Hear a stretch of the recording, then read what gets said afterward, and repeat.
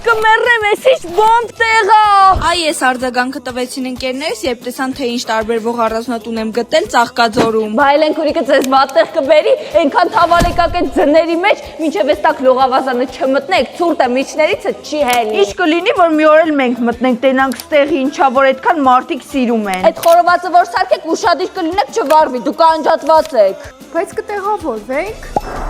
Աղջիկ ջան, որ ուզենք, այստեղ 50 հոգի կտեղավորենք։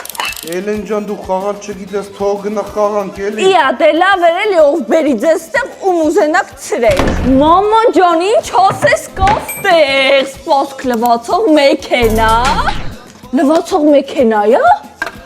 Գործներս հեշտացավ։ Պահիտակ ներվերի սազդելու եք, դրա համար ես տուն եմ ընտրել, որ 3 հատ հյուրասենյակ կա։ Չխանգարեք ինձ, գնացեք։